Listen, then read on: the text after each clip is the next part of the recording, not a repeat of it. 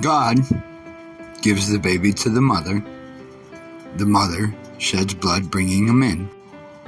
Yes, she sheds blood, I know. Offers her life, actually.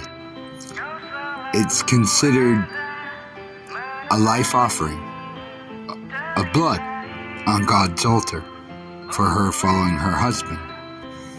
She gives him everything. This is what wisdom means when she says, "Do not forget the law of your mother,"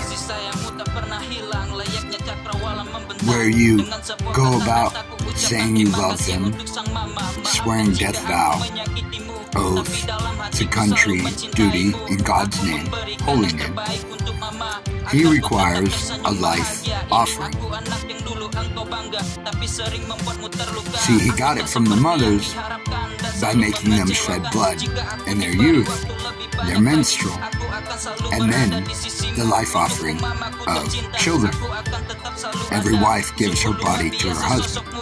See, the Virgin Mary did it as a very young girl before her first menstrual cycle, actually at the first time she was receiving egg, because death never passed through her.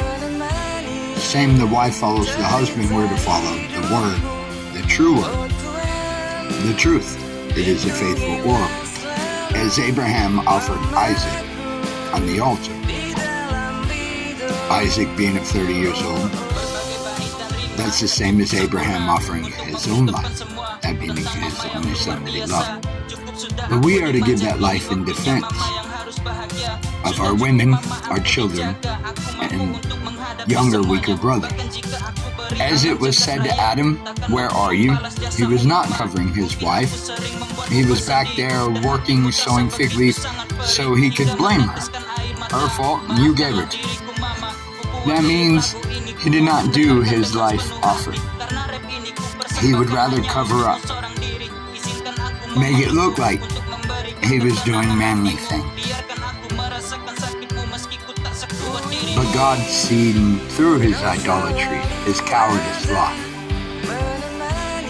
Though we think it's okay, with God the Father it is not. It leaves her to fight the baby war and the war, and the men just go to work and build a Tower of Babel, a lie. That's what it is to be crucified, nailed, fastened, faithful, so that the women are not crucified. Again, that's how men are to give their life, as the mothers do give birth.